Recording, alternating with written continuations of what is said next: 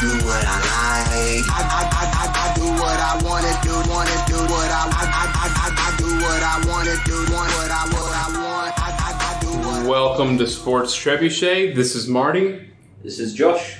And we are actually missing Kyle. Before we talk about why he's missing, follow us on Twitter at Sports Trebuchet, on Instagram at Sports Trebuchet. Subscribe, listen to it for a while, then rate us, give us a chance. Tell all your friends, tell your mom, tell your nan. Especially your nan. Especially your nan. I feel like it's Father's Day coming up, but she deserves it. She's put up with you for this long. And him, probably. Yeah, it's a lot of you. No Kyle. This is the first time Josh and I have done a show together, and it's just been us, which is exciting, which means it's probably going to be our best show. Or worst, depending on how you look at it. But I don't think anyone's a Kyle mark. No, I don't think so. I think there's going to be people in Kyle t-shirts. Yeah, so Kyle is actually gone because, for those of you who don't know, this is Pride Month, and he decided to celebrate for the next week. He's going on a tour of parades that are happening across North Carolina. I think down into South Carolina, too. But Josh, you had a theory on where he actually went. Do I? Yeah. Oh, yeah, of course I do. Thank you for the prompt. I by all means, this is like a good thing for him to do. Obviously, we stand by our mate. He can do whatever he wants, you know what I mean? Like, this is a very diverse and inclusive podcast, so, good for him. But I do believe it's probably a red herring. It's the perfect time of the year to throw it out there, because I believe he's probably going to search for the end of the world. Yeah, he's single-handedly investigating everything Bobby told us last week. And it starts with the flat Earth theory. He's making the long trek to the edge of the Earth to find the ice wall. Pardon me. So while he's... I don't know why I fucking said pardon me. It's like I'm on a call. Yeah, while he's sailing. So what we're going to talk about, which I'm not ever really good about covering what we're going to cover up front... we're going to go over E3. It's coming up this weekend. We're recording on 6/6. Then we've got some Premier League talk about the season that has passed and previewing and kind of highlighting the new teams that are coming up. And then we're going to talk about AEW Double or Nothing. We're going to kind of mix some WWE talk in there, but we're also going to talk about those Jon Moxley interviews that were so... flammable. I don't know is the right word, maybe. They were interesting. So they were interesting. They were very direct. Hi, my name's Joshua Tracy. And I am Corwin Heller. And we are the hosts of a statistics and sports podcast called Juicing the Numbers. We cover the NFL, college football, MLB, and the NHL with anything that we like to talk about in between. If you like sports and the numbers behind it, come check out our show, Juicing the Numbers, on iTunes, Spotify, Stitcher, wherever you find podcasts. Hit us up on Twitter at JuicingPod. Let's start with E3. We're going to cover first of the confirmed games that are going to be shown at E3, which ones we're more excited about? The most excited about, even. Josh, you want to lead off, or do you want me to lead off? Who do you want to go last? And do you want to do me 3, you 3?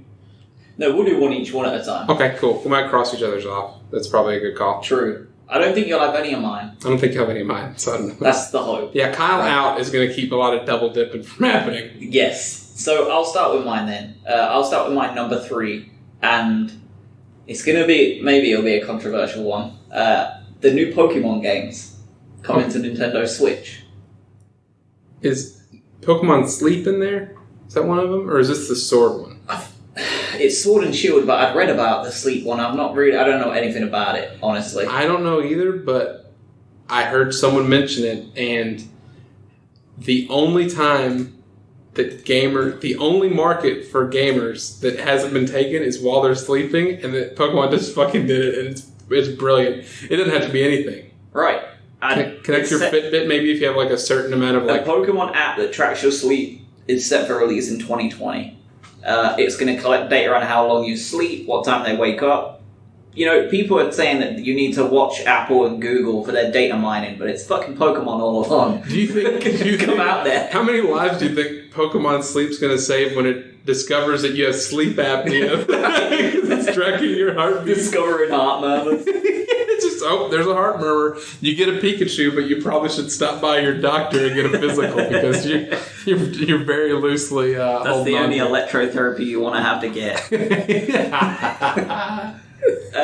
The reason why is because I was a huge Pokemon mark as a kid. Like, I collected the cards, I played the Game Boy games, loved it, so loved it, watched the TV show, was mad into it, and the one thing that I'd always thought of, even as an adult, it would be sick if they went all out and made a proper Pokemon game on a proper console and like actually went for it instead of this bullshit they've been doing for the last 20 years. Like, it's a formula that works, clearly, because they keep selling them.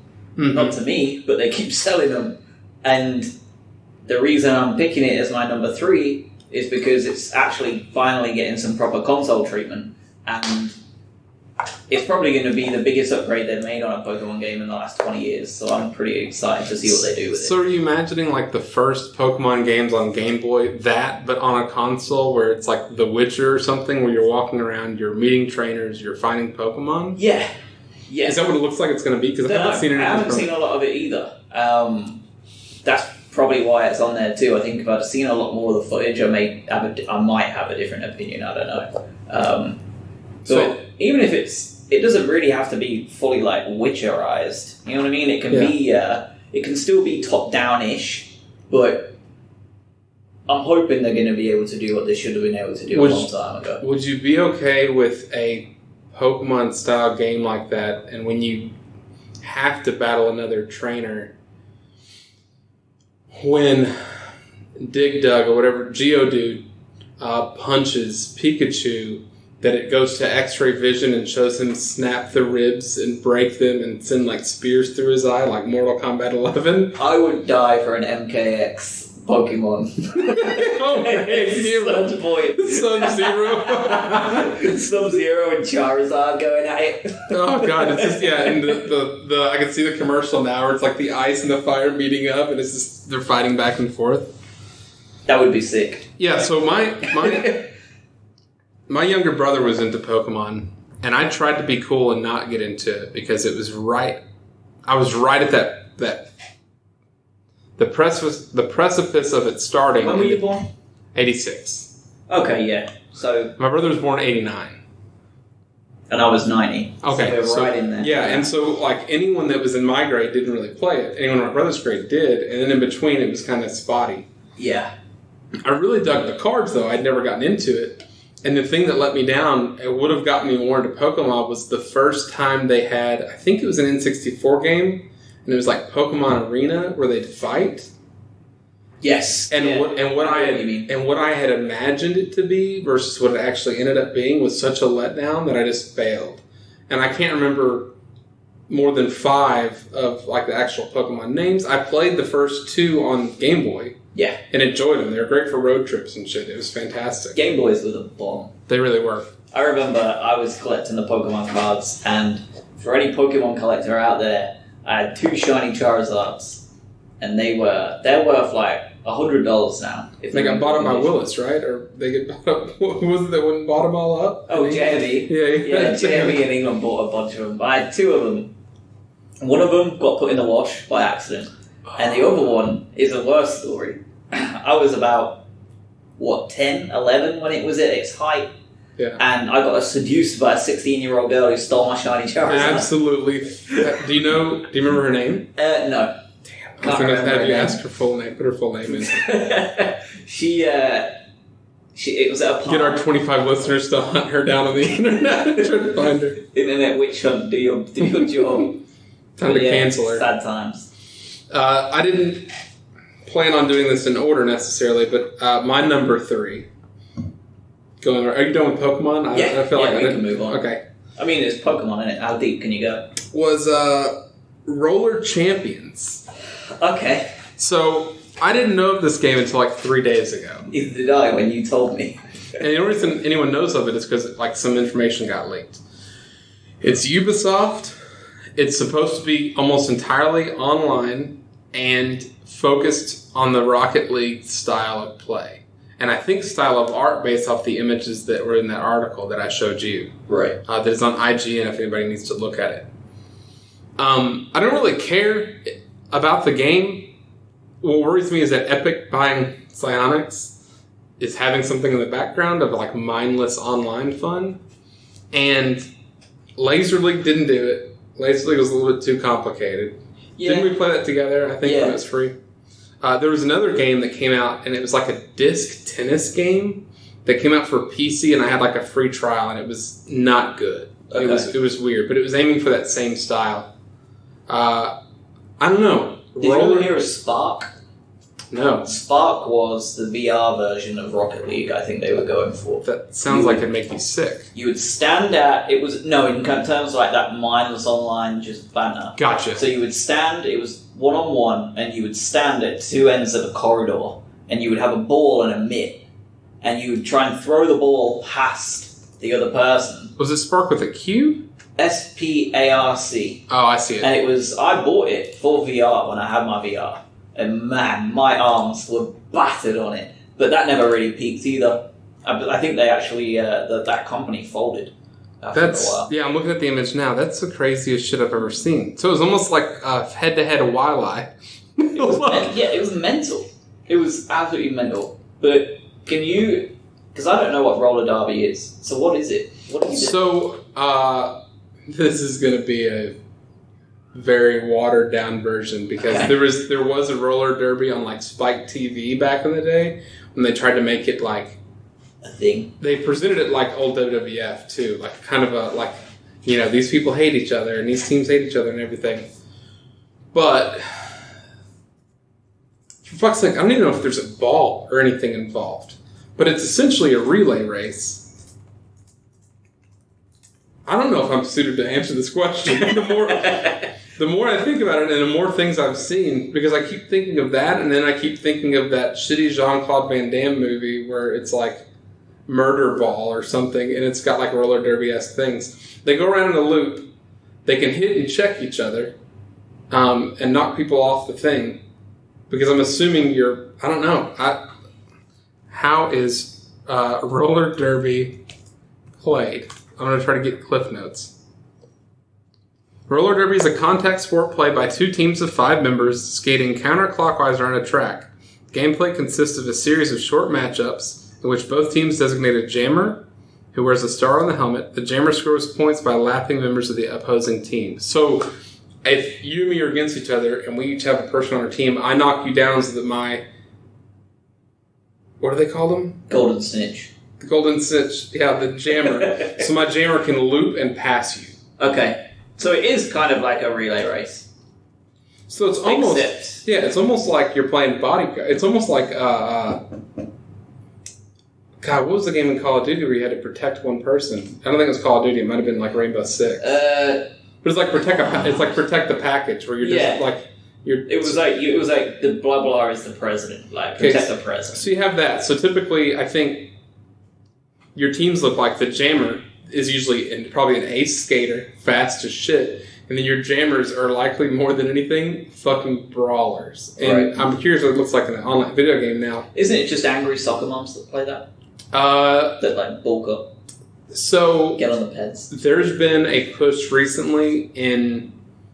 I feel like hipsters like millennial, and it's an overused word, but like in a very earthy crowd sometimes, very empowered crowd, a woman will play it. Because you don't necessarily have to be big or strong, you just have to be able to skate. Yeah. I've seen all types, though, from the very little that I've... Like, you see a clip here and there. I know Dave Meltzer writes about it, which is fucking bad shit to me. All right. Yeah, it's weird. He's such a tosser. All right, so what's the next game for you now that we got in the weeds on roller? Welcome to the Roller Derby Trebuchet. My next one is the Final Fantasy VII Remake. I knew you were going to put that on there. I saw that on the list, and I was just like, huh. Yeah. It has been, when it first got shown... You said it was 7? Yeah. Okay. When it first got shown to be remade, nearly pissed my pants with excitement.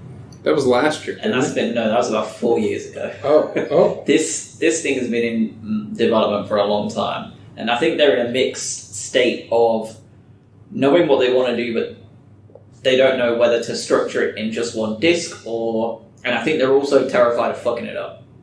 Because they've announced it, they've told everyone they're doing it, and they're really scared that they're now going to screw it. So I guess the final verdict was that they're going to do it in episodic format, which makes sense given it was 3 discs back in the day. Jesus Christ, I didn't know that. Yeah, it was like a 70, 80 hour game. And on PS1, like, they just didn't have that space at the time. Was the story linear, or were there branches? So it was like an open world RPG. Okay. So it was... The story itself was linear, but at any point in time, once you got into the open world map, you could branch off and do other things. There was a whole shit ton of side quests you could do. So it was what every game is now, in terms of like the sandbox part of things. Yes. Like you could do a GTA mission in GTA 5, but you could also just go fuck off in the hills and chase bears and stuff. Yeah, same thing, except it was JRPG, so it was all turn-based and a bit wackier, because it was... I'm sorry? Because it was Japan. Oh, okay. And they do crazy shit. Burying the Japanese over here. I mean, why not? It's E3 week. Yeah, this is their time to shine. Is now the time for me to try to play Final Fantasy with the remaster? If they do the remake, yeah. Of course it is. Because it's not going to be turn-based anymore. Do they all have spiky hair? Like Goku and shit? The main dude does.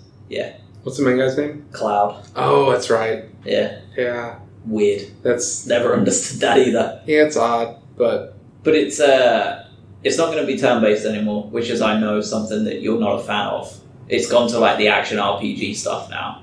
So you would be just fine on that. I think so, but is there a lot of maintaining what you're carrying?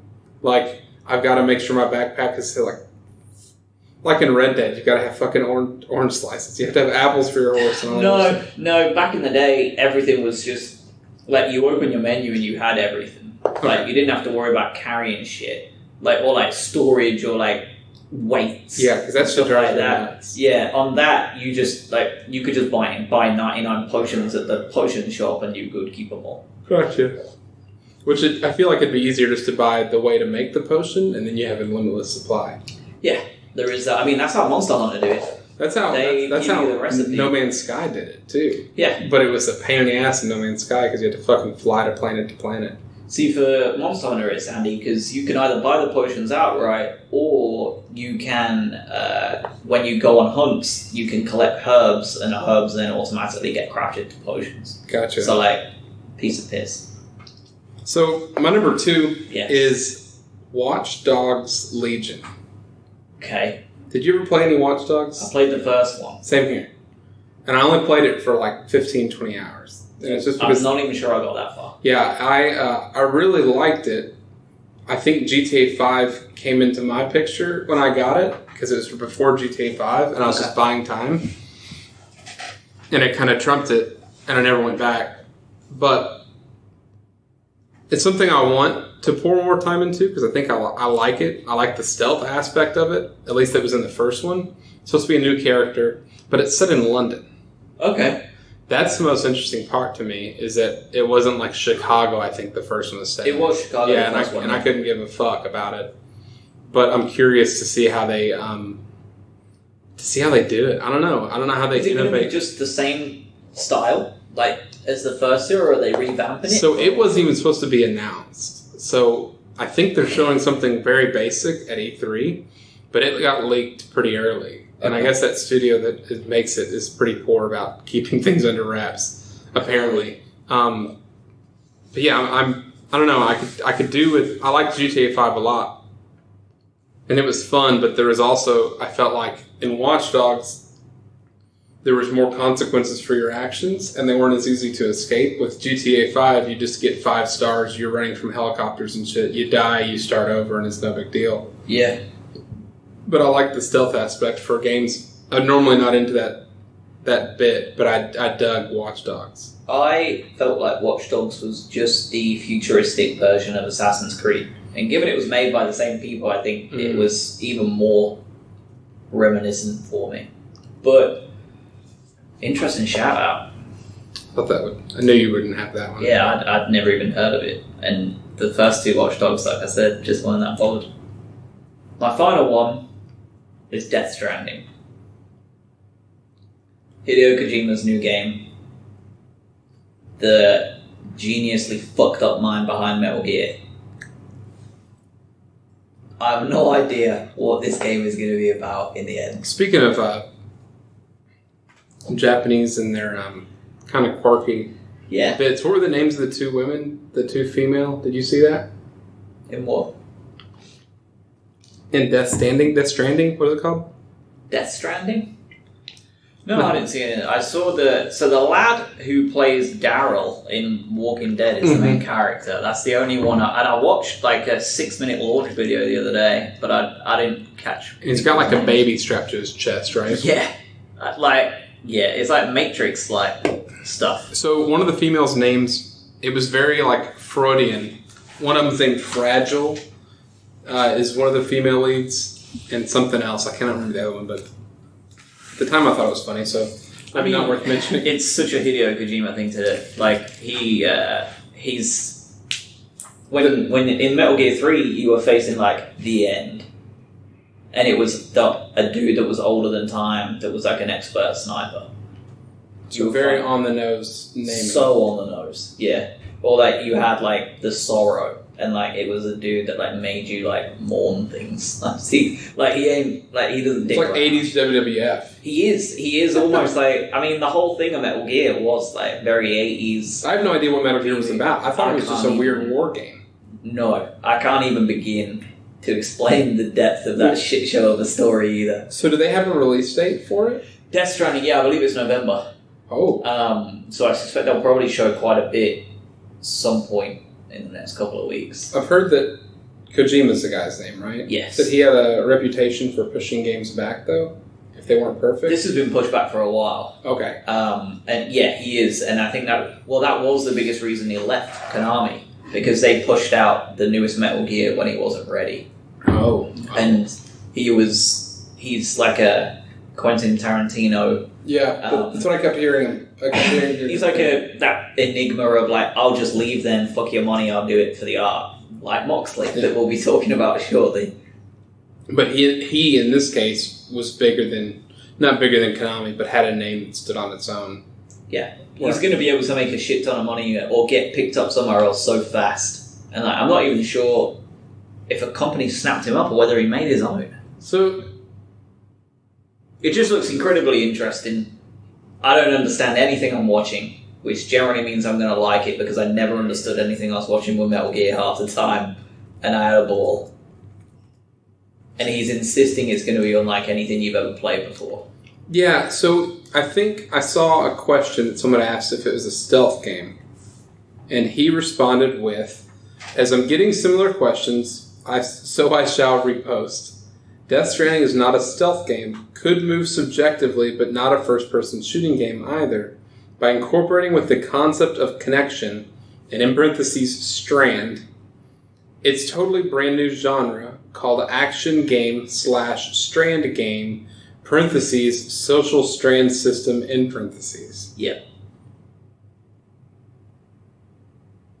So I think I get the strand connection part he might be going for, in that it sounds like a fancy way to say butterfly effect, maybe, throughout the game, your decisions.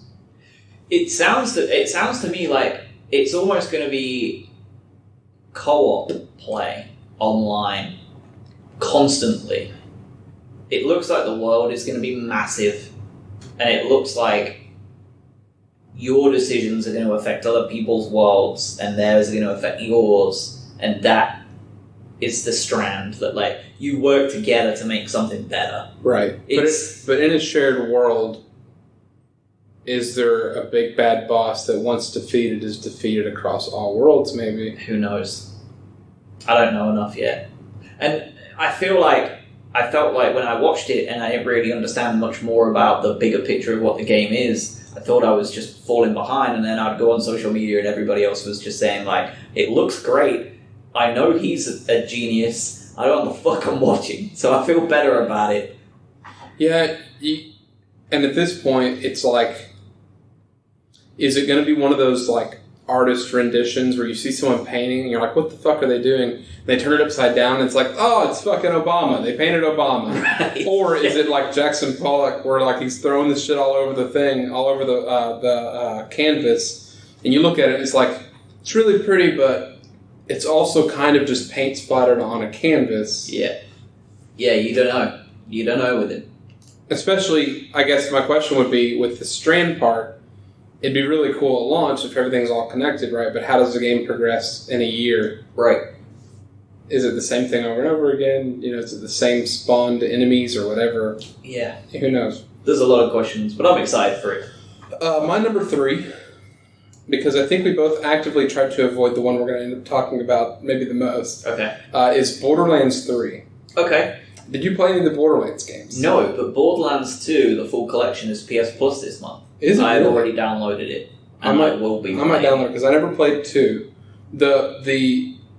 A bartender I used to work with, his older brother was on the board of directors for the company that makes Borderlands. No shit. Yeah, and I didn't know this That's until cool. we went to go see Hell in a Cell. We met up at his house. He lived in this humongous house in Frisco, Texas, and when you went in, he had a movie theater and he had like fucking cardboard cutouts of like a bunch of Borderlands shit, a bunch of aliens because they made an alien game, Alien Marines or something like that.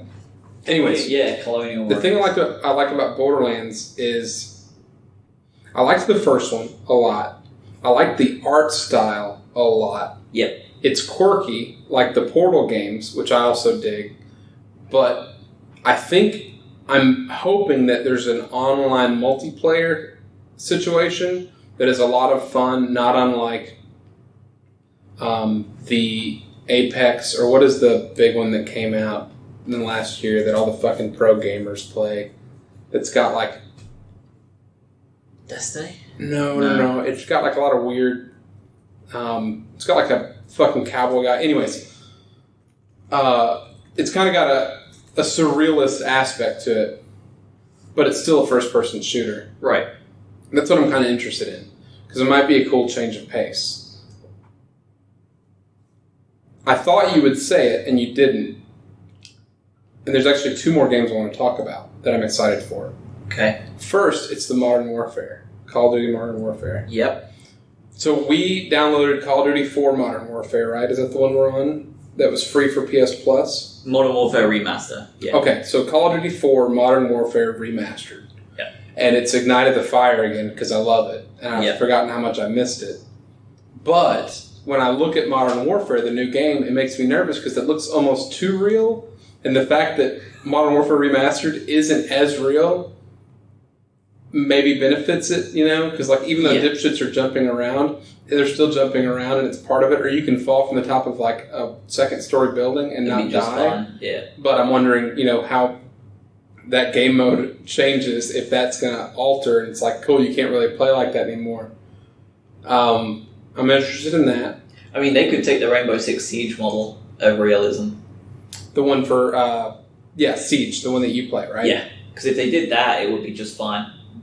It would be just fine. I mean, that's still one of the biggest online tournament competitive games. At this point, it's been out so long that I'm afraid to get it and enjoy it because I feel like there's going to be another one coming around or coming out at some point. I'm not sure though. I think similar to Rocket League, is that they've done so much to it over the time that they're probably not going to touch it until just keep adding on to PS5, maybe. And even then, they may just port it. Yeah, that makes sense too. Same for Rocket If it's League. as popular, it could be the Counter-Strike of you know, Rainbow Six territory. Yeah. The other game was Marvel's Avengers. Yes. That I know Kyle would have liked to talk about, but Pride Month and all that. I have no idea, and I don't think anybody has any idea what the fucking game's going to be. Yeah. Right? No. And the only frame of reference we have is the Spider-Man game that just came out. Yep. And they have said that it's going to be a third-person action adventure. Okay. So, like, that is as vague as you get, So- other than the fact that I'm happy it's not first-person. Thank God. That's all I can say. Yeah, if you have Cap's shield and you're like field of vision for it, it'd be awful. And the other frame of reference is Ultimate Alliance, the Ultimate Alliance series. Yes.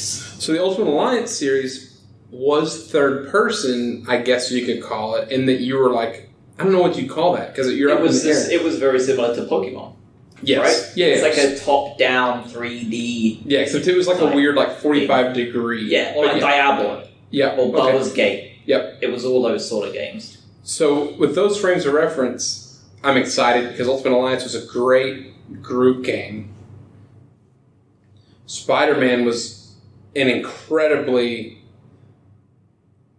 great function game from a control standpoint. Yeah. Because you could button mash, but once you didn't have to and you knew what you were doing, it was a lot of fucking fun being able to fight off baddies or fly around New York and all that other stuff. Yeah.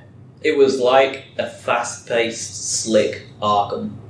See, I never played Arkham. I only played the first one and I couldn't get into the rest. I loved the first, but once they made it more open-worldy, I felt it was too slow and clunky, and then Spider-Man come out and shows me why I thought that, because he just made it rapid. That might also be a difference in the heroes, too, though. Oh, it is. A little bit. 100%. Especially because I've been much more of a Spider-Man mark than Batman Forever. So. Easy to be. Have fun or be depressed. But, yeah, I don't know what it looks like, because if it's hypothetically even 80% of what that Spider-Man game is, if there's multiple people playing with you, which we're assuming there's going to be the multiplayer aspect of it. And they said that there's going to be co-op at points, or at certain aspects are going to be co-op, yes. where you can team up with 4 of you as Avengers, which sounds too good to be true. That's what Ultimate Alliance was, though, too, right? But you're suffering in the... Just about everything else in terms of appearance. Yes. It was still a lot of fun. You could do a lot of cool team-ups, but like you said, it was a Game Boy or Game Gear level, maybe a bump up graphically. Yeah, it was. But it wasn't. It wasn't. Yeah, I'm really excited to see if there's anything on that. And we have to wait till fucking Monday at 9 p.m. Eastern time to hear it. Yeah, and that fucking sucks. But the rest of this segment for E3, we wanted to go over other stuff we're excited about for E3, anything being said at large. Yes. You have the floor. I only have one thing, and it's probably going to be the most talked about thing. The total absence of Sony at E3. Yeah.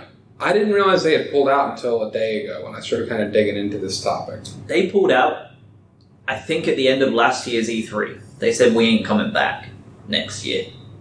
So E3 has been the biggest games conference that I've ever remembered since forever. Yeah. And my curiosity is like, Nintendo already do like the Nintendo Direct stuff. Mm-hmm. And Sony are now starting to do the same thing. Is it going to be like the beginning of the end of this big E3 experience? Because you've just lost 33% of your E3. Like, that's crazy. Yeah. You've never had that before. And I'm really intrigued to see how much of a tank it takes, especially if they then don't show up next year. I'm wondering how much of it has to deal with maybe it's that they're putting all their resources into something like the next generation of console, and they don't have anything to show, and they don't want to waste their time just playing the fiddle for playing the fiddle, you know? I think there might be a larger part, which is controlling the narrative, right? Because at E3, it's no holds barred versus a Sony proper press conference, not unlike Apple or when Xbox does their like solo things. Right. You can control the narrative and control that show a little bit more.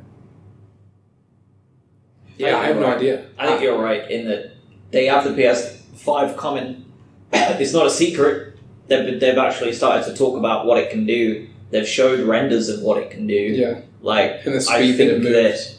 I think they probably want to make a PS5 official announcement, and it wasn't going to be ready soon enough for this one, and it's going to be too late next one.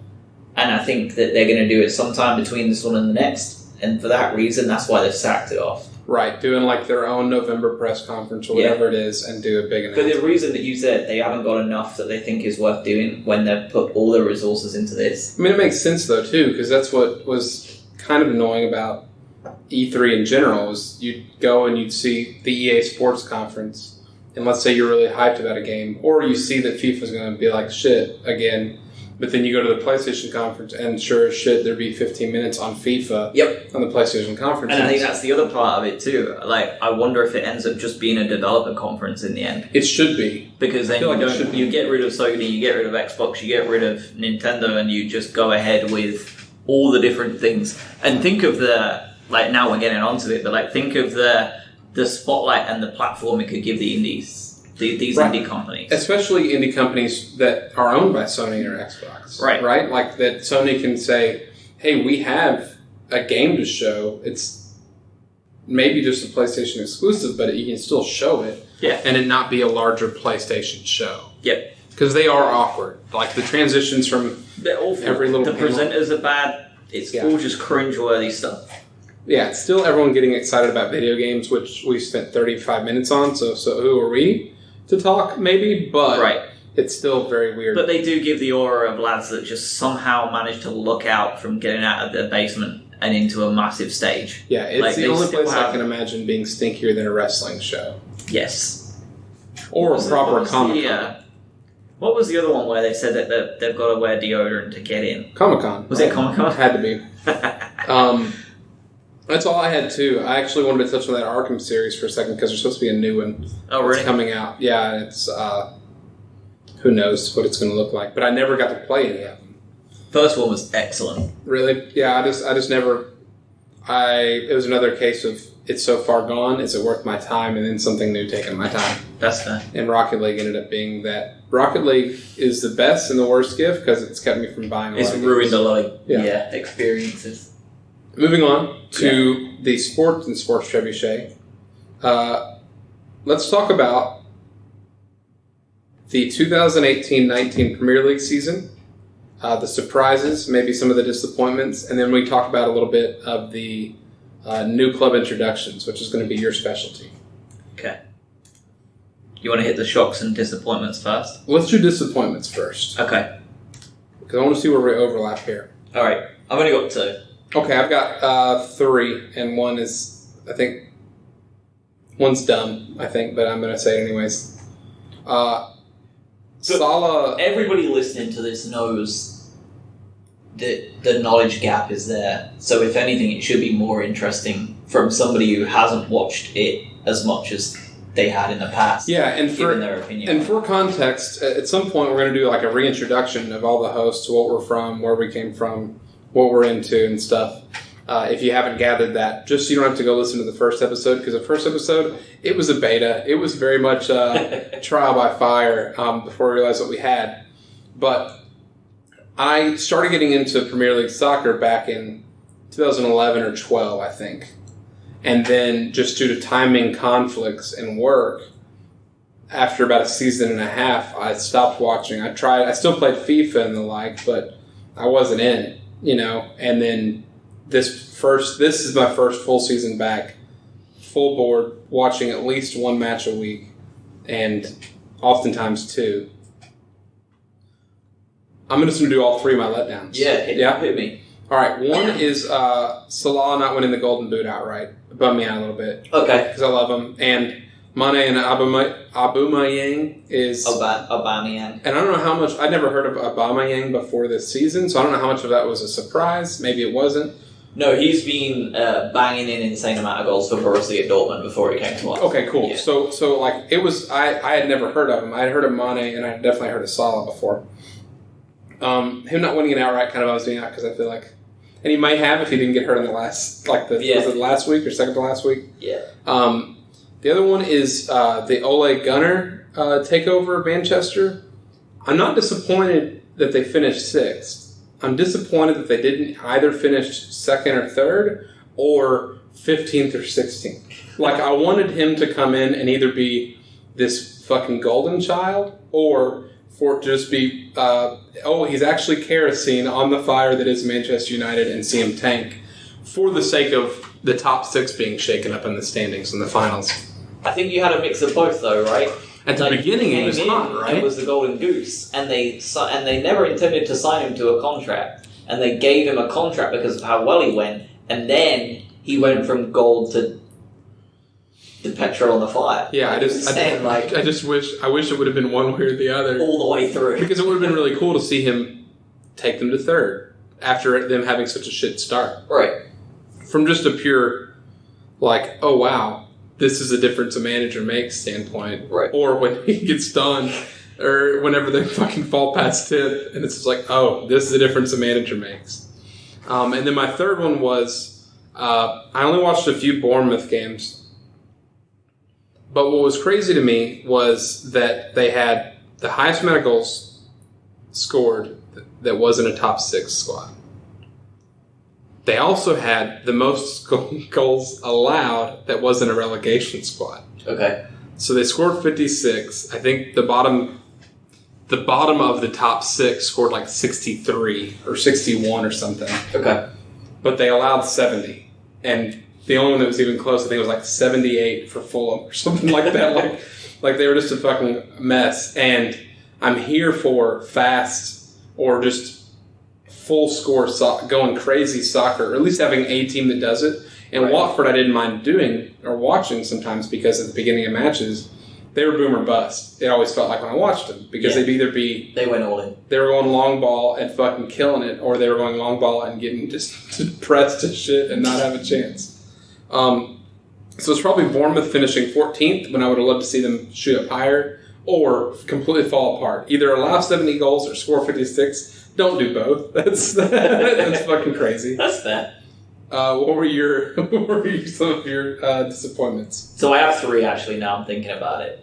So first one was the fact that the relegation battle was over pretty quickly for a bunch of teams. Huddersfield and Fulham just fell apart so fast, and it took away some of the shine of it. Because I like having 2 or 3 spots open at the end of the season, and by the end of the season everything was wrapped up, like pretty much everything but the title, and that's not as fun. So that was disappointment number 1. Second disappointment were a couple of players not hitting the level that I thought they would. Biggest one amongst them was Ryan Sessegnon at Fulham. He tore the league up the year before at left back, left wing for Fulham. He was like this England prodigy. Like everybody thought he was going to go to somewhere for a shit ton of money. He stayed at Fulham, and he was a bang average disappointment.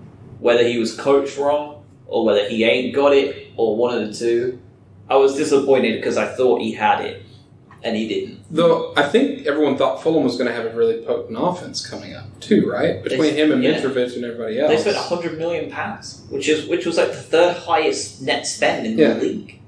So like that was insane.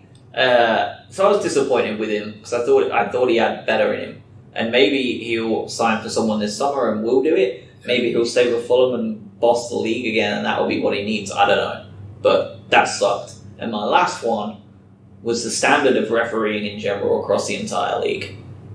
Brighton, my team, had a lot of problems with this. We probably had 12 to 15 points cost us over the course of the season when it evens itself out. On like ones we won when we shouldn't have, ones we lost when we shouldn't have.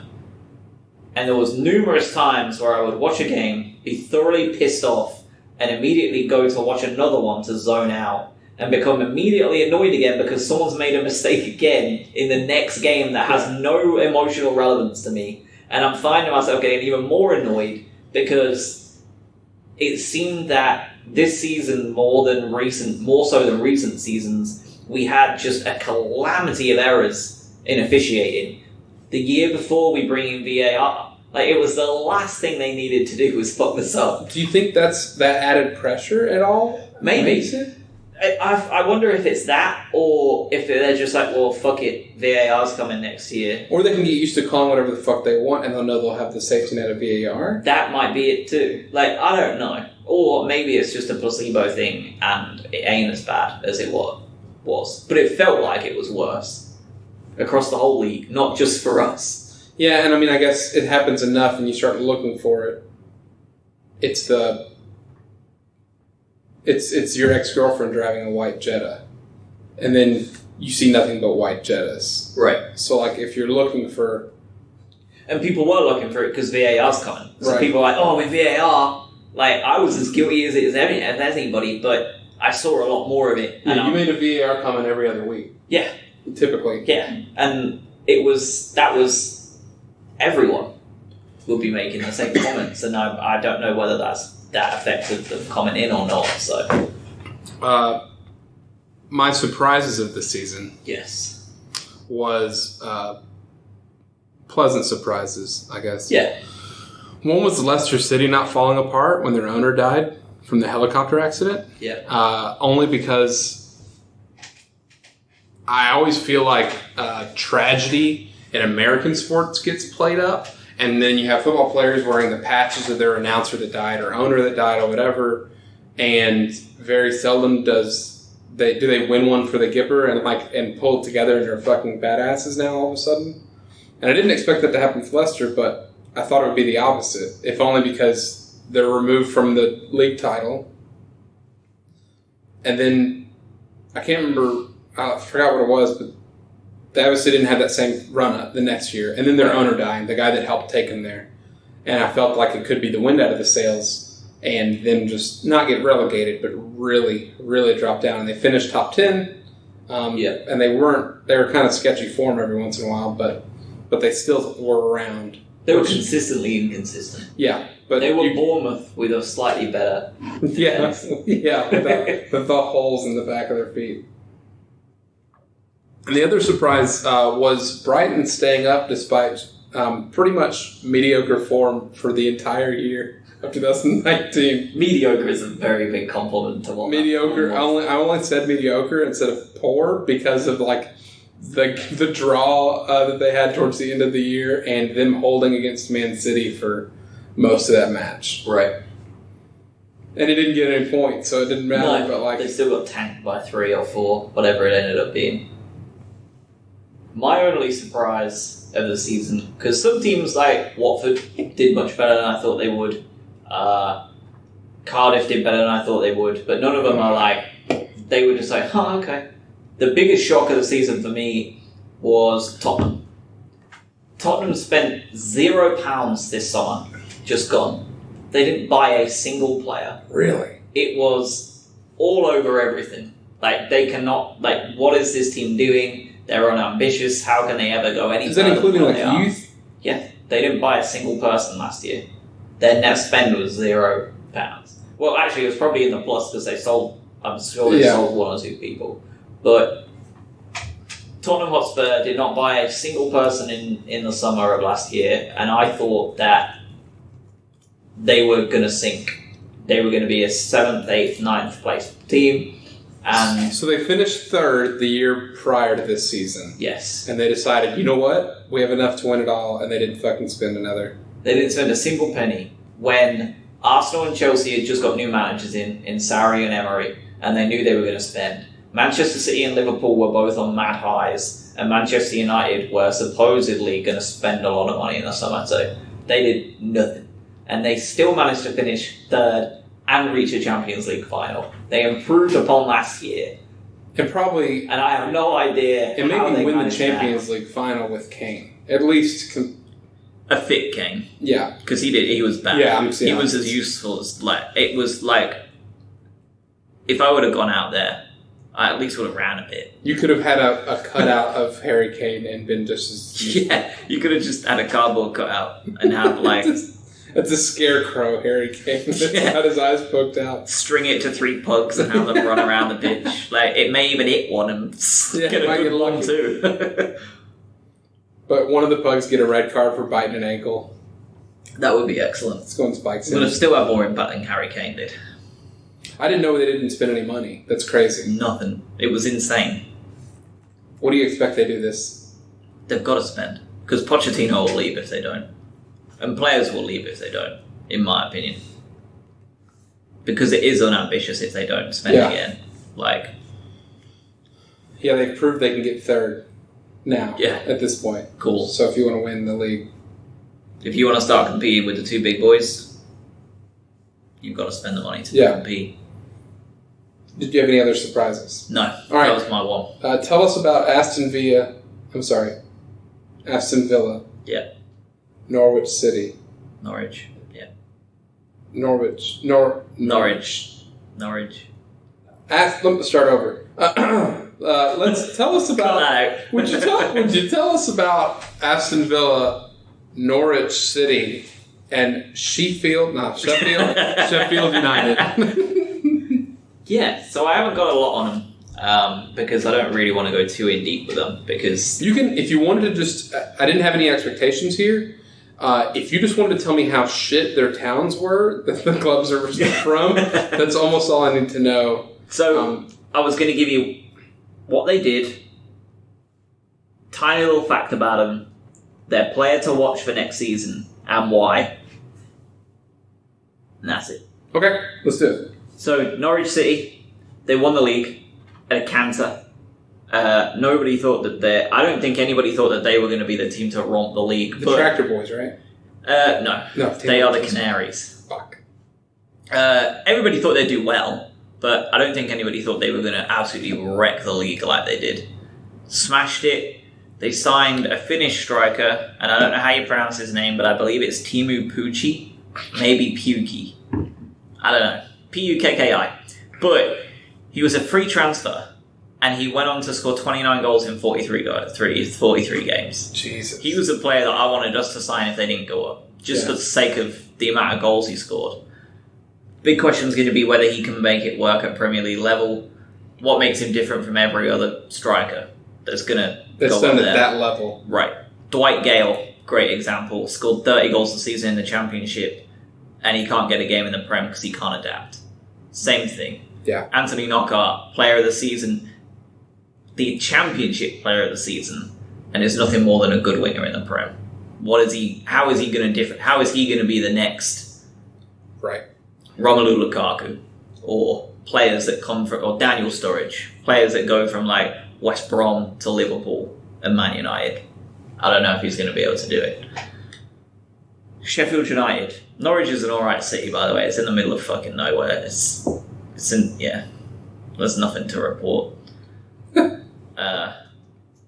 It's kind of almost the Alabama of England in that everybody says that area is like full of inbreds. Oh, okay. Yeah.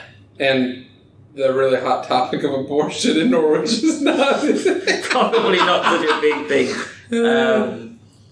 Sheffield United. Sheffield United they came second, won automatic promotion, and they are probably the only surprise package in the entire top six.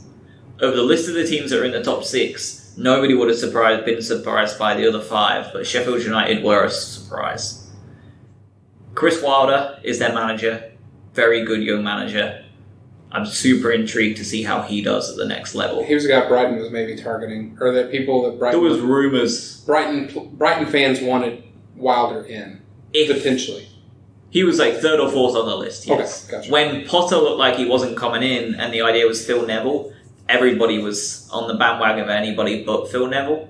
And Wilder was definitely one of the names being talked about.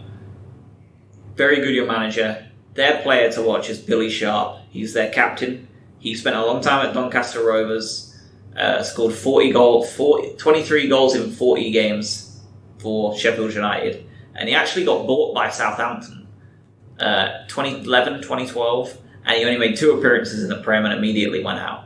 Huh. Had a lot of injury issues, so it's going to be a case of can he come back and do something?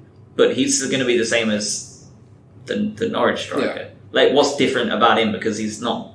Other than him being able to play 36 matches. Yeah, I'm intrigued to see what era... But if he played in 40, albeit...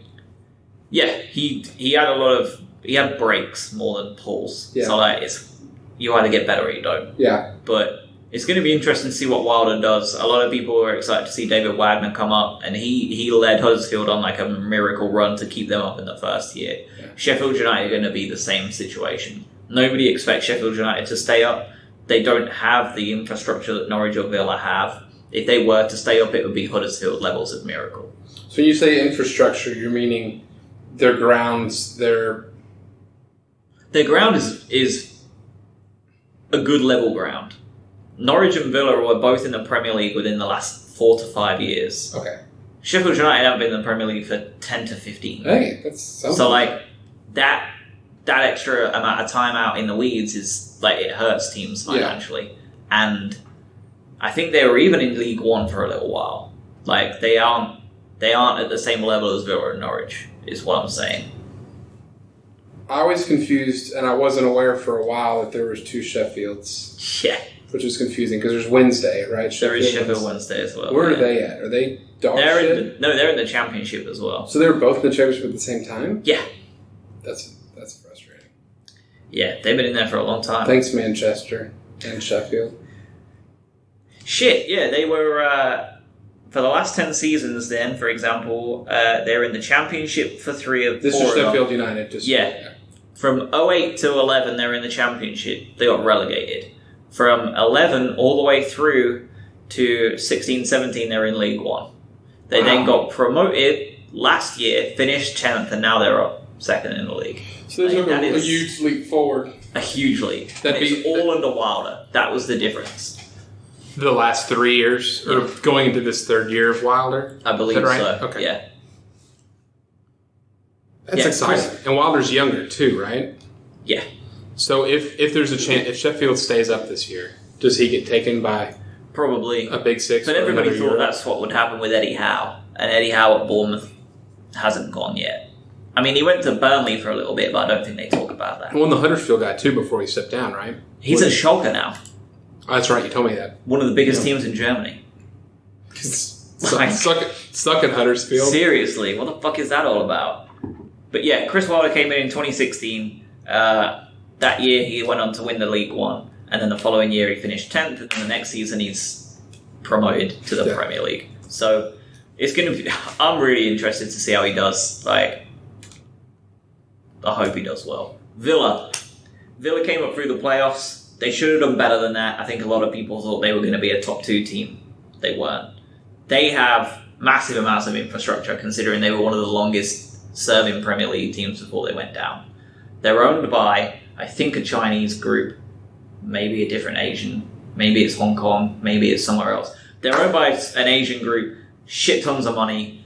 They don't know whether they're like iffy as to whether they put it in. They're a weird owner. Jack Grealish is going to be their player to watch. Grealish. Yeah, Jack Grealish. He's a young player. He's been with them for a while. In fact, he might not even be that young anymore. Shit hairstyle. You either love him or hate him. That last name is gross anyways. Oh, what a dipshit. That's Grealish, Grealish, in case you're wondering. Yeah, he looks like an absolute shithead. He's been with Villa all his life. So he's a lifelong Villa. I think he's a Villa fan too, honestly. He was born in Birmingham. Like, he's a local lad. Same as Dunk. Coming to Brighton. He's came through the whole way through. So Aston Villa got him when he was at age 6. Yep. So they've had his rights since 2001. Yep. And he was born in 95. Yeah. And a lot of people thought he might go last year. Funnily enough, Tottenham were the team that were in the rumour mill to buy him. It was their only target. Right. He stayed. The big question is going to be, will he be able to hold that weight on his shoulders in the Premier League? Because he was very young the last time they were in it. He was at 18, 19, and he wasn't like a mainstay, but he did light it up somewhat. So, like, is he going to do another Sessegnon? Like, is he going to be phased out due to, like, big boy signings they make? Right. Like, what the fuck's going to happen with Jack Grealish? It's going to be interesting to see what he does. Yeah, 23, I feel like he's got a lot of legs left. I feel like my prediction is he's going to be similar to Palace's Zaha, in that he is going to be everything to Villa, but I'm not sure if he'll ever make it anywhere else. And Zaha got bought by Manchester United a couple of years ago, if you didn't know. I didn't. And he was so poor that he went back to Palace for a cut price. And I wonder if that's going to be the same story for Grealish, that, like, he'll light it up for the next 2 years, get signed by Spurs or someone, and never make it. He's the foundation of Villa's house, no pun intended, but he's nothing more than that for the large building of an actual premier, like a top premier side. Yeah, like he may just be a one-man club Right. and can never produce the same magic somewhere Big fish, else. small pond. Yeah. I mean, Eddie Howe is a great example. He went to Burnley for a couple of years from Bournemouth and never could do what he did at Burnley, at Bournemouth at Burnley. It's understandably confusing. So then he left Burnley, went back to Bournemouth, and here they are. Yeah. Like, he was a one-club manager. So for anyone that is looking for an underdog, which all three of them are going to be in terms of staying up, every promoter team is. Yes. Who's the most likable side? Sheffield United by a million By far, miles. right? Yeah. Yeah, I agree. Off the very little I know, but I know I hated Villa in my FIFA save a long time ago. That's enough for me to hold a grudge. They're just nothing special. They've been there before for a long, long, long time. They think their fans think they deserve more than they do. They're Similar to the uncle Leeds that fans. hangs around the party too long, right? Yeah. They're there, they're not. They said bye. 5 minutes later, they're still trying to say bye. Yeah. They're not. If you wanna root for one of these teams because you're picking it up after, seeing some games this season or something and thinking I want to start afresh with a brand new team, Right. pick Sheffield United. You'll have a lot of fun regardless because it's going to be a trip. But also the potential that they'll go down the quickest out of the They're definitely going to go down the quickest out of the three, but Yeah. that's why it means more, right? Yeah, no doubt. So let's hop over to AEW, All Let's Elite do it. Wrestling. So All Elite Wrestling, for those of you listening that aren't aware, are a newer promotion who ran their first official pay-per-view since becoming AEW, right? Because I Correct. think they were not AEW when they ran All in. All In, their show in 2018. And they aren't classifying it as a show for that either. The Double or Nothing? No, All In, AEW, yeah. Gotcha. AEW don't consider All In anything to do with AEW. Other than them keeping the casino aesthetic, it seems like. Essentially, Yeah. So, we had a really fun game to play with this. Before we get to that game, thoughts on the show? I really liked it. It was... I've got it under other comments. So I have my favourite match, my favourite star, and other comments. Okay. So I don't know if you want to go through the other comments or not. Let's do favorite match. Favourite match? I can't believe I'm saying it either. The reason I'm shocked I'm saying it is two reasons. One of them is a 50-year-old man who hasn't really enamoured me for the last 15 years. And the other one is someone who, even when I was a massive Orton mark, he never even attracted me much in Legacy either. And that was Cody Dustin. Tore the fucking house down. Incredible match. Unreal. I think it also shows that sometimes blood is okay and does enhance a match as long as you have a proper story to it. Yeah, He did pump some serious red out. I do feel like your point does... your point, which is a fine point to make, which is also the same kind of fine point it attempted on his forehead, and it actually turned into this fucking gaping hole of blood, and he lost a pint of fucking blood in the ring. Other than the 3 times, I don't really get squeamish about seeing that on TV. I just feel uncomfortable. I felt extremely uncomfortable 3 times when he would get back up, and they would show him facing down, and you could see someone pouring out 10 milliliters of fucking blood, just like in the 5 seconds it showed him. Right. That made me uncomfortable. The match itself was awesome, but I'm so glad you said that match because there's something I've been holding on. What happened before that match? The intros, right? Oh, okay. We're going to go for this. I'm hoping it was tongue-in-cheek. Right. And for those who haven't seen it, Cody Rhodes has this kind of long introduction, this video package it shows. It's really nothing. It's just music. It's just bullshit, yeah. And then he comes out with Brandy in arm, and Brandy and him go to the bottom of the ramp. She goes under it. She grabs a sledgehammer, and he goes up to this throne that had been shown that has some skulls, and it's the independent. What is it called? The Iron Cross. Yeah. An Iron Cross throne, and he goes and hits it with his sledgehammer to show this really weak special effect, like smoke puff. So we all know what he was doing, right? He was implying that it was a shot at Triple H. I think it was probably a tongue-in-cheek one. I mean, Brandy said herself was screaming that the king is dead. I think we all know what the king is dead. Yeah. So it was clear. I think it was also a nod to Game of Thrones a little bit, if I had to guess, just because the Iron Cross throne. I'm just making a guess there. I didn't watch this show with dragons. So I think though what was really funny about it, and I think it was tongue-in-cheek, was the intro was too long, which is the gripe of Trips. Yeah. It involved Brandy, the gripe of the Trips and Steph McMahon. Yeah. She interfered and was a distraction in the match, the gripe of Steph in a match with Trips. I'm hoping it was intentional. And I think it was because the match even started in a more WWE style with that and everything else. And then as soon as Brandy got out, that's when they got into the fucking shit and moved on. Yeah. So I'm hoping it was that. And if it was that, it's brilliant. If it wasn't that, it was still pretty cringy with the hammer to the throne. If it isn't tongue-in-cheek, it is one of the cringiest entrances I've ever seen. Yeah, but entirely. If it was tongue-in-cheek, and the reason I'm inclined to agree with you that it was, is because, especially when we get to the Moxley stuff, the general thought process seems to be that Triple H is an all-round great dude, Vince is the problem. Yeah. It would make no sense for them to take a shot at Trips when generally he's actually pretty well liked, which is ironic given his beginnings of being fucking hated. I think they also understand who's going to be in control if AEW is to stick around and who their competitor and or ally might be in terms of making wrestling better, right? Right. Like and they know that Triple H wants to make wrestling better because he's already done things that Vince would never have done on his own.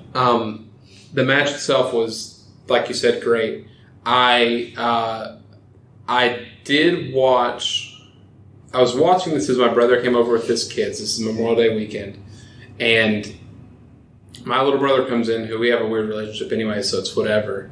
But he does the little speech to Dustin, and Dustin's crying, and he's crying. And I definitely teared up, which is just...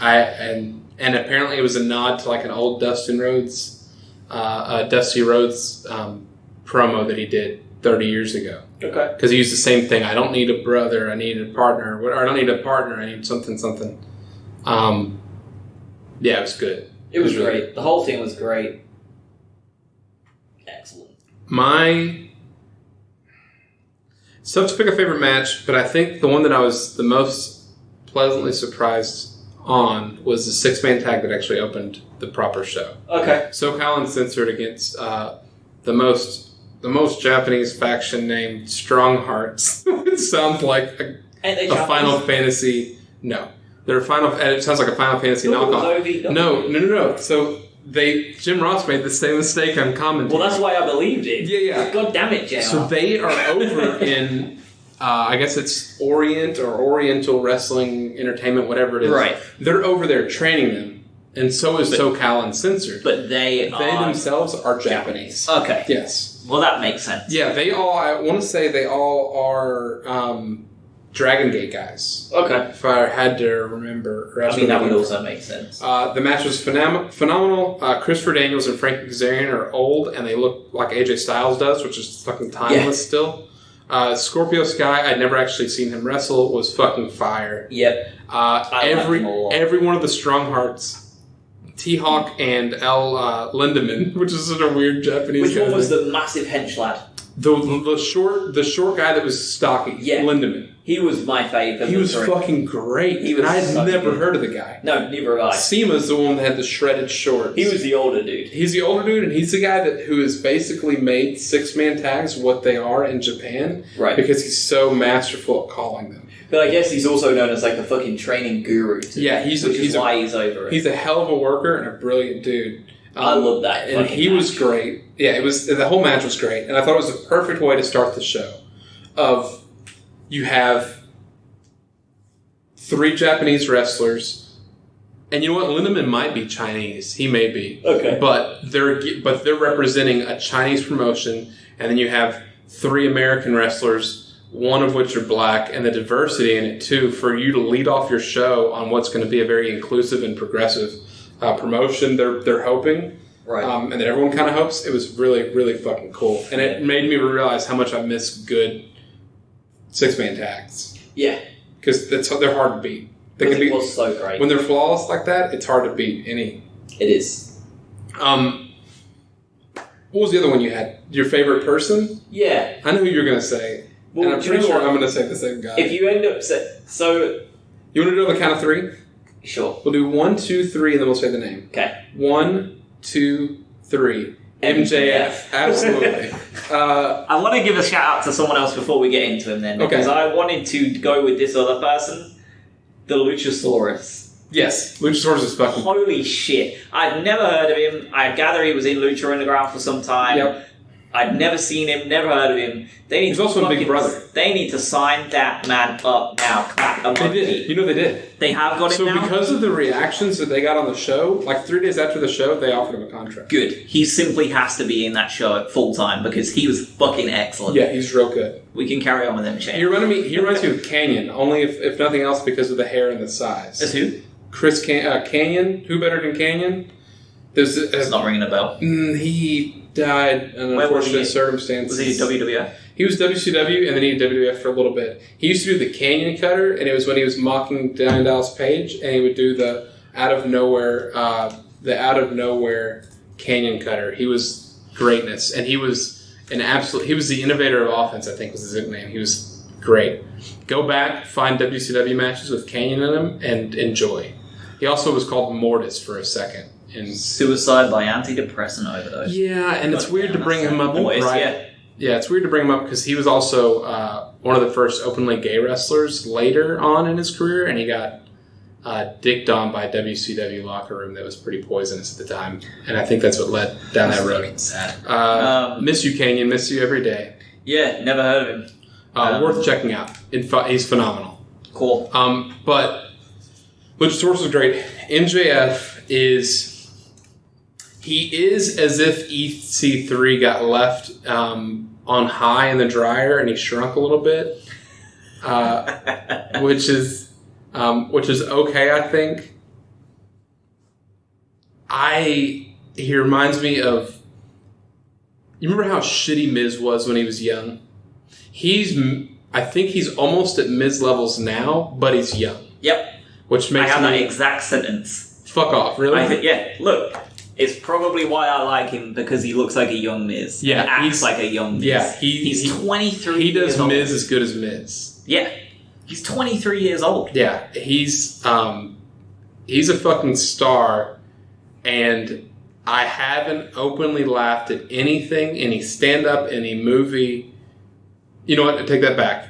I laughed. The last time I laughed as hard as I did, genuinely, when he did the rib on Bret Hart about someone running to the ring, was when Hulk jumped out of the plane in Thor Ragnarok and hit the bridge, and the wolf just kind of like looked at him thinking he was going to turn to the Hulk and just like nuzzled him. That was the last time I'd openly laughed that hard. And really, and it not be like something from media. We obviously laugh, and it's laughter, genuine. But I'm trying to think. I'm wondering how much I laughed in Endgame and the other ones. But Endgame, there wasn't a whole lot of opportunity, to be fair. the cat meeting cat one was very good. I did laugh at that. Or thinking that Rocket Raccoon the whole time was a stuffed animal at the beginning. And yeah, that was good. But no, that entire promo, him just coming out, just absolutely Seabiscuit. Seabiscuit. In fact, I think I'd laughed a lot. I've been giggling, and Seabiscuit was the straw that broke the camel's back for me. Like I've been like, well, it's also him calling him a horse face, and Adam Page selling it, and then also making his face look as long as possible in his reactions, and the camera just like sat on him.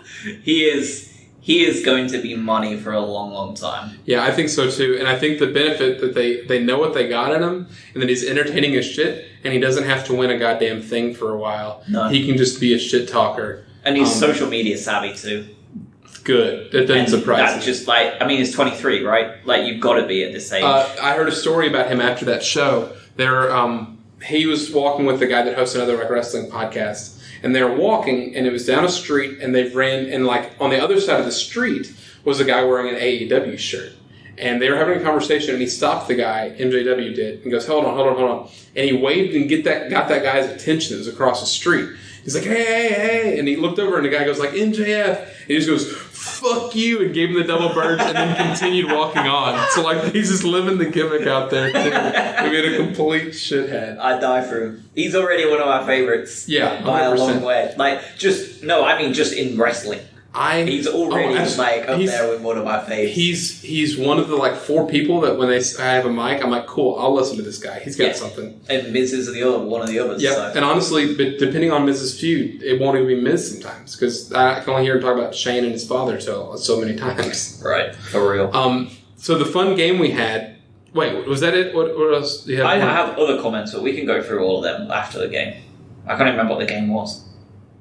The game was. Did I know about the game? Yeah, you created it. Oh, did I? Take a WWE wrestler. Oh, yeah. Take a WWE Jesus wrestler, Christ. a singles wrestler, a tag team, and a women's wrestler from WWE, and put them in AEW if it thinks it would benefit. Which of those categories would they benefit the most from a relaunch in AEW? Yes. Was the answer, right? Yes. So I'm going to do my women's first. All right, Sam, we can do women. I think we may end up with the same one. No way. All right. Kairi Sane. Okay. And the reason is, I get the Pirate Princess gimmick, and I understand her passion for it. I think it's cool that they're letting her do it. Right. I think at large, the WWE crowd will never the Pirate Princess is never going to get over. Okay. As it's constructed. And it's not WWE's fault. It's probably their audience's fault. But I feel like Kairi Sane, especially after watching the match and what they already have, I think she could complement, at worst, those 3 ladies that were in the ring. Nyla Rose, Britt Baker, and Smiley Kylie, I think her name was, right? Smiley Kylie. Smiley right. Kylie, who did Bailey better than Bailey. Right. Yeah. And who was great, who smiled the whole time when they introduced Awesome Kong, and she's just like, just kind of smiling and like nodding nervously. Kairi Sane for me. Okay, fair. Neither of us have gone for the one I thought then. Because mine's Sonya Deville. Who did you think it was going to be? Sasha. Ooh, I forgot about it completely. But Sonya Deville, fuck yes. She is never going to get used how I think she could be used to the top level in WWE. She could be the main roster's Baszler. Yep. If she wanted to be. She's good enough in almost every way. She's, even in the most superficial of ways, she's an incredibly attractive woman. So Vince even has that. It's not like Baszler, who is not... Well, and she's also openly gay, which is a good thing for the company to have. And, but even on the base level, Vince shouldn't not use her to the extent he could, because we all know he likes attractive girls. And she is, so fucking use her. But he ain't gonna. And she would tear her up. I agree. Somewhere like AEW. Yeah, I think her biggest downfall is that at the same time she got moved up, Shayna came into her own, the 4 Horsewomen came into their own, or started being pushed, and Ronda being a thing. Yep. Because immediately, even though she has an MMA background, she's not the fucking 4 Horsewomen of MMA. No. You know, you can't really compete with that from a name standpoint and probably from a sales standpoint. Agreed. But that's actually a really sneaky good pick. I would love to see it. Sasha Banks, I'm honestly done with her. I'm cool with I'm not seeing her. bothered with Sasha Banks. I haven't been bothered with Sasha Banks for a while. About the 3rd time I saw her scorpion herself when she jumped out of the ring and just almost broke her neck, I was like, I'm cool with you not being here. And I'm kind of sick of the social media shit too. Yeah, no, I agree. I don't care. It's funny because I think she's actually a pleasant person, but I think she's the exact opposite. Really? I've heard she's an incredibly unpleasant person. I've only seen her on Up, Up, Down, Down, and she seems pretty cool. But then I remember, as soon as I said that, how much she is... And getting interrupted at the airport to sign shit is probably super annoying. And a creepy wrestling fan, I get it too.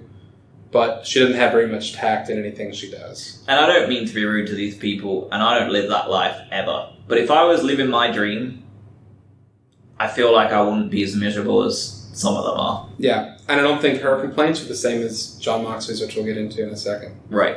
And you have people who don't do it. You have people like Miz, who's been living the gimmick for the last 20 years and like shits himself with happiness because someone annoys him at the airport. Right. Like, whether he really feels it in his head or not, yeah. like, it's that tact thing you would just I mean, think. he was cutting promos when he was on The Real World. Like, he's wanted it so bad. Which makes me question and she says she's wanted it since she was 5 years old, and it certainly doesn't look like it. Yeah, it's tough. When Bayley's been getting arguably a worse hand and has been doing the best she can. Right. You do your tag team, and then I'll do my tag team, and we'll kind of snake it, and you'll finish with your male competitor. I'm shooting for the moon, but I'd love to see the Usos. Fuck. So, because it would be so first time I ever saw the Young Bucks, I thought, they're better Usos. But the Usos still had a shitty gimmick. When they were the Surfer Boy Samoans. Yes, and when the Usos turned heel, I thought, fuck, I only want to see the Usos versus the Young Bucks. God. I assumed you were going to say Revival, but I'd be all about the fucking Usos. The Revival are almost like... I think they're a given.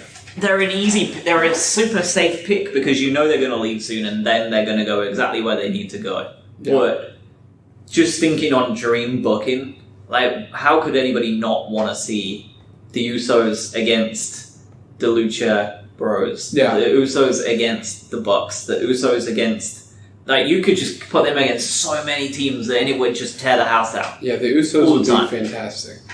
Especially if they keep that day one-ish shtick. Yeah. And they don't have to keep the exact same one because Vince will shit his pants with anger, but like just that gangster, weird, like down with the like their current. You've never sounded more white than that last like half sentence. But they're current, right? They're current. They know what their audience is for the younger crowd, but they're not cringy doing it. Like they feel authentic. With the day one issue. Honestly, the fact that they have Usos written on their tights again almost bothers me because it leans away from what they've been. God, Usos is a great shout. I was going to go Good Brothers, but I'm actually going to take that back because like the Revival. Really fun too, the Good Brothers I think would be cool, but I'd only be cool with it if they came in and didn't have a place because the fucking Bullet Club and everything's been turned over once again and they come in as heels and just or faces depending on what the Elite are doing. Yeah. I think that'd be fun. Finding their way. Yeah, I think my actual answer, the more I think about it, is the Ascension. Okay. And here's two reasons. They're not that old either, are they? They're not AJ Styles old, mid-30s. But they're older than Roman Reigns. Yes. Okay. Yeah, they're mid-30s. Okay. And I think if only the reason because the size that Connor gives you, and I think they've actually probably got a shit ton more in the bag, and they've shown it in flashes when they can for their 2-minute matches. Right. But I'd love to see him fucking wrestle a 12-minute match once. It'd be nice to see it. Like, let Connor get on the fucking juice again because he tried it with WWE and it got popped. So let him just get fucking huge. 38 and 39 now. Okay. See, I think that even benefits it more. They still have a great run left. I think they have the ability to be a recognized name for AEW, and they could benefit from that. And help put over young talent, which they're clearly okay with doing because that's all they've been able to do in WWE. Even when they were early 30s. Yeah. When they should have, when they had no place doing that. My singles pick. Yes. I hope yours is as controversial as mine, because I feel like mine is going to be. I hope we don't have the same one. God, I'll be annoyed if we do. I thought there's no way you'd have this. None other than Baron Corbin. Phew! When you started, I was shitting my pants, but go on. So, Baron Corbin can already do what MJF does, but he adds size to the roster. He's immediately going to get go-away heat as soon as he gets there. Yeah. And he legitimately can fucking go. And he's shown that time and time again despite people shitting on him. Yep. As long as it's Baron Corbin and whatever weird biker gimmick he wants to do and not fucking Baron Corbin the bartender. I think he could do great things, and I think it'd be even cooler having someone like him and someone like Luchasaurus who are both chaotic, perhaps, but one's chaotic evil and one's chaotic neutral. And I think it's important to have all 9 of those squares filled out on your roster somewhere. Right. That's my controversy. I like that shout, though. I would like to see it. Just because he is the embodiment of what Smarks say right now. Which is insane because he's shown that he can stand toe-to-toe in the ring and cut a promo with Vince, with Triple H. Maybe it's all written. Maybe I'm getting fooled. But oh, I'm sure it is. Just given what we're about to talk about. Yeah, but I think he's genuinely an extremely talented guy, and I think he's also in it 80% for the money and 20% for the wrestling, and I think it shows in the way he treats his opponent, which makes him an even better heel. Yeah, I agree. That would be fun. Who's yours?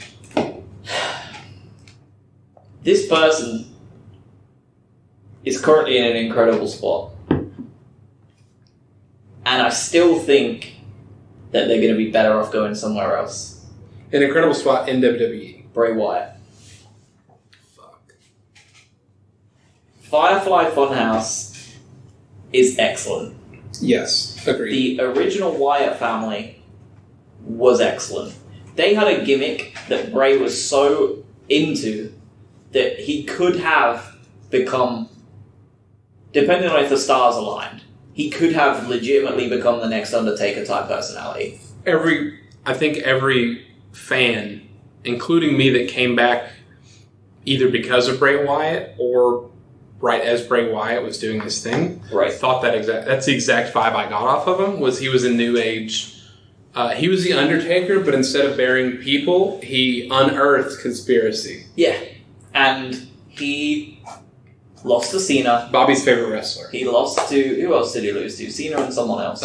Cena was the big one, and then he feuded with Ambrose and lost to him. Was it that one? There was 2 that he did and never became the same. He was never the same again, and they fucked his character hard. He's gone away and rebuilt himself. I guess Randy Orton. Randy Orton killed his sister in the house. But he has rebuilt from the very bottom all the way up. He is incredibly fucking meta and clever with his shit. The amount of theories that you're reading on Firefly Funhouse just show how clever he is because he's intertwining a million different theories. Like Huskus the pig and Husky Harris and all those little nods. And this idea that I saw one yesterday saying that everything in Firefly Funhouse are criticisms of Bray Wyatt. The Sister Abigail, the... Mercy the Buzzard, because he was a rip-off of Waylon Mercy. Abby the Witch, because everybody shit on Sister Abigail after a while. Huskus the Pig, because he was too big to be considered a... What about the Rabbit? Rambling Rabbit, because he talks all the time. Holy shit. Yeah, and that, I love that theory the most so far. And this next one... The fit dance or the muscle dance or whatever it was is him showing that he's no longer Huskus the pig boy. Right. But even if it's not that, the fact that there's legit threads all the way through and you just know he's going to be used incorrectly as soon as he gets in the ring. And that's what pisses me off.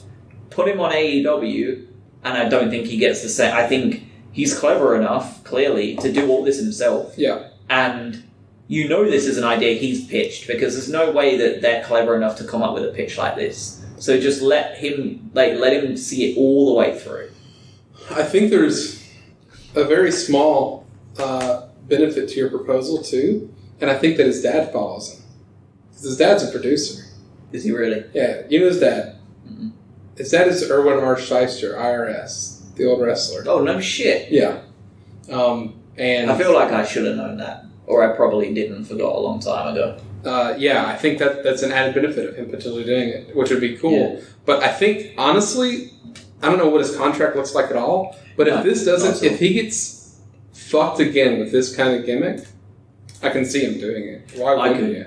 I could easily see him doing it, especially with Harper in the same situation. Yeah.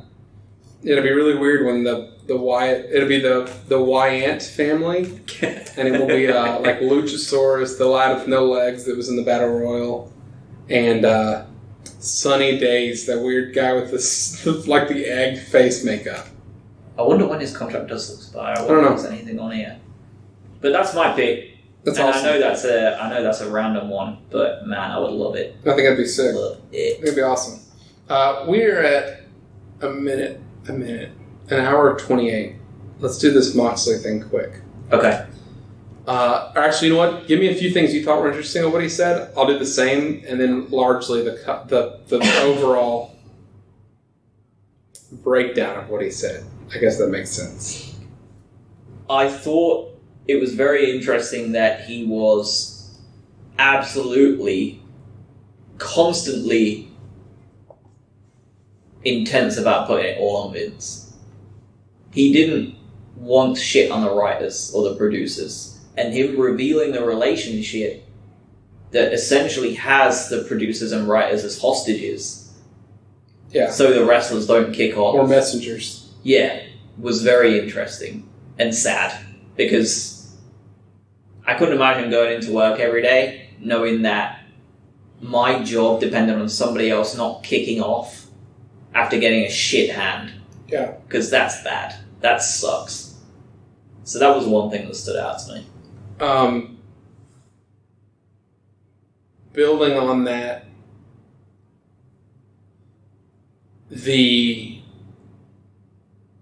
how clear to us, I feel like, as fans, with the Dean Ambrose gimmick, when it made a turn, and it was just like, this lunatic friendship doesn't mean anything. It's Right. just he's words. quirky, you know, and hearing him on those same timelines and losing interest in it because he's having to do goofy and goofier shit, or drive a goddamn ice cream truck, or, you know, do whatever. With the And it's immediately when I was out on Dean, was when he started doing the goddamn snake neck and doing goofy wonky shit. Yep. I was totally fucking out. Same. And Funnily enough, probably the same as most people. yeah, and Including him. and for him to still be giving it his all, and Vince seeing it as his character and not understanding even where his character had come from just a year before. Yeah. You know? He didn't seem to get it at all. When I got back into wrestling, it was right before the Mania that Rollins cashed in. And at the time, Rollins and Dean Ambrose had a feud going into Hell in a Cell.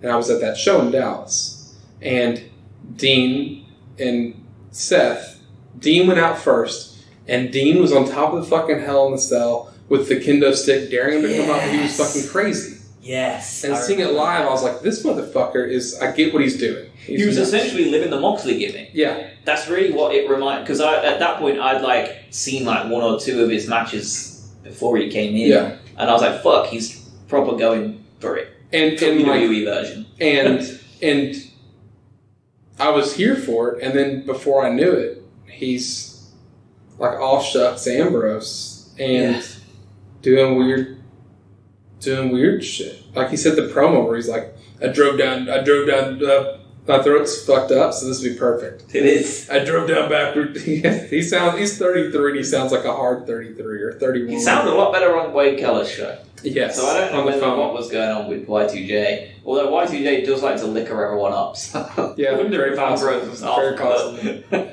But yeah, like I drove down backwards 20 minutes down the highway. You know, like shit like that. Like no one actually fucking talks like that. No.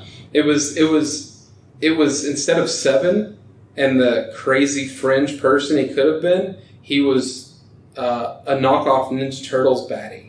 Yeah. You know, he was like the Amazing Spider-Man 1 baddie, not... It was bad. Yeah. My other one from it was more just like mourning a moment that I wish could have happened, realizing he wished could have happened and never happening, was him and Brock. Yeah, being And something. all that story that he tried to pitch, he wanted to pitch, and I'm sat there going, fuck man, they're the exact same leafs out of the book that I wished he would have done. And what he was given instead, just so disappointing. And I don't know what's going on, like with Brock, because then you speak to some of them and they say he is super invested, and you speak to others and he just doesn't care. And it's like, if he decides he's in on it. But for Dean having as much looking inward as he did and not catch the difference, which is Brock didn't choose Dean. Right. When Brock And that's the chooses problem. people, you can genuinely tell in the matches. Yeah. Because he picked Finn. He And he picked picked Dean. AJ. Yeah, and he picked Daniel Bryan. Yeah. But like when it's picked for him, I don't think he gives He a just fuck. checks out. I agree. Yeah, that the whole thing at large reaffirmed everything. I thought that In a depressing way. in a depressing way, and I think that like hopefully, like he said, I think during the Wade Keller thing, is it's a wake up call, and I'm not particularly hopeful about it. But I think that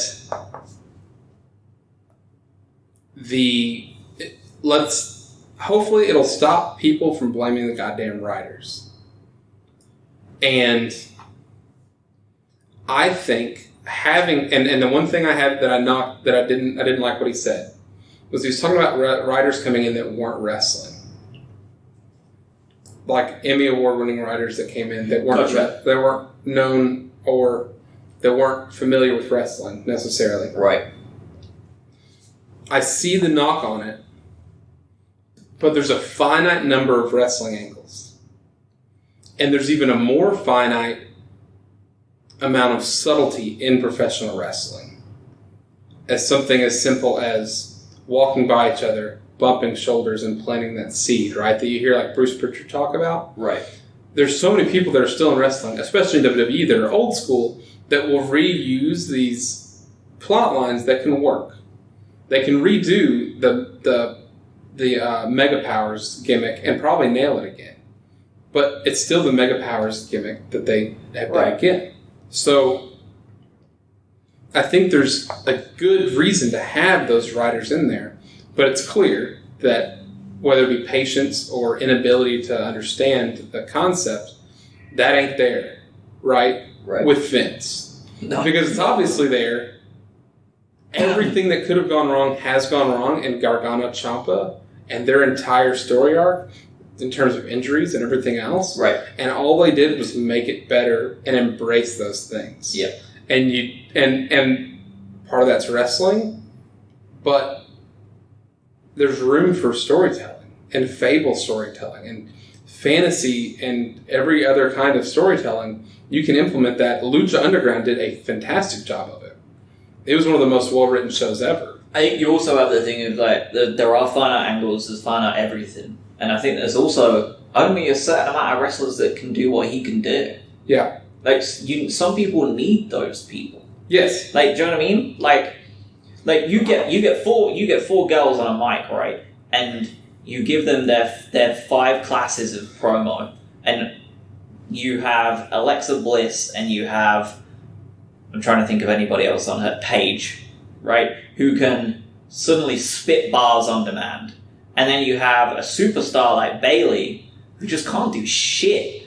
And like that, the Bayley is what you're trying to do. Like that's the person that you're hiring that writer for. Yeah, and those writers should not be a brace, they should be a crutch. Right. Right? Like I know Mojo Rawley can actually cut an angle.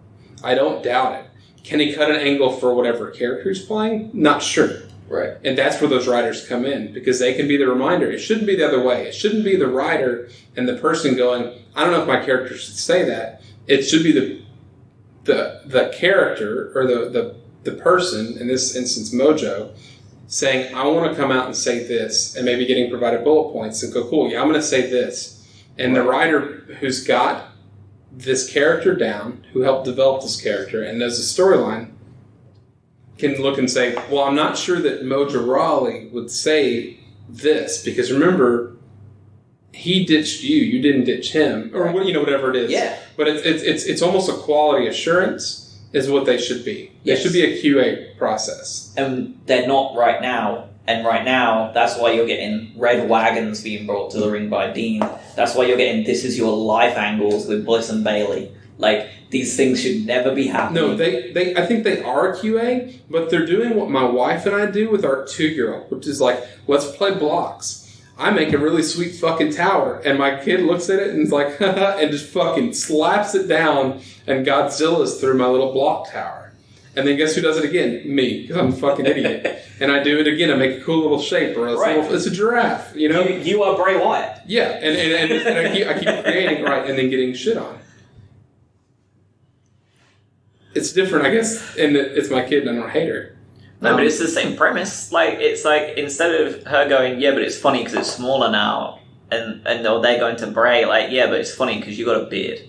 Like, right. what? Yeah. It's not related at all. Yeah, exactly. It's frustrating, and I think that, just like John Moxley said, I hope that it changes something more than just everyone buying their time for when Vince dies. Yep.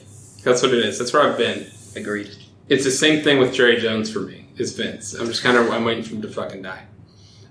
That's everything we have, guys. Thank you for tuning in. If you're still listening, Kyle, have a great Pride Month. We'll see y'all in 2 weeks. And he'll be back then. It's only this week that he went on his little road trip, so. If he makes it back, you never know. Those parades get crazy. Rate, review, subscribe. You know what? Just subscribe. Don't rate. Rate later. Add us at Sports Trebuchet on Twitter. Have a good one.